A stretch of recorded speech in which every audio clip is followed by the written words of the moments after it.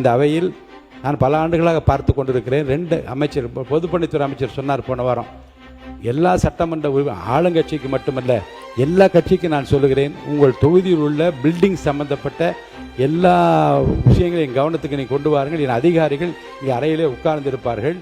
நான் 2 நாள் நீட்டி தருமாறு பக்கத்தில் இருக்க உறுப்பினர் கேட்டார். நான் கவனத்துக்கு கொண்டு வந்தேன்.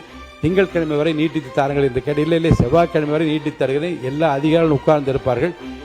கட்சி வித்தியாசம் இல்லாமல் எல்லா உறுப்பினர்களும் உங்கள் தொகுதியில் இருக்கிற பில்டிங் சம்பந்தப்பட்ட கட்டிடங்கள் சம்பந்தப்பட்ட எல்லா பிரச்சனையும் கவனத்துக்கு கொண்டு வாருங்கள்.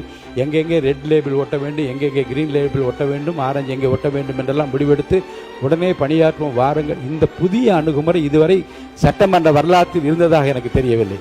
எல்லோரையும் அழைத்து கேட்பதும், சாதாரணமாக என்ன செய்வார்கள் என்றால், ஆளுங்கட்சி அமைச்சரிடம் மற்ற எதிர்க்கட்சியில் இருக்கின்றவர்கள் அமைதியாக சென்று ஒரு மனுவை கொடுத்து விட்டு வந்து என் தொகுதி பாருங்க என்ன இதை கேளுங்க என்று கேட்பதைத்தான் நான் பார்த்திருக்கிறேன்.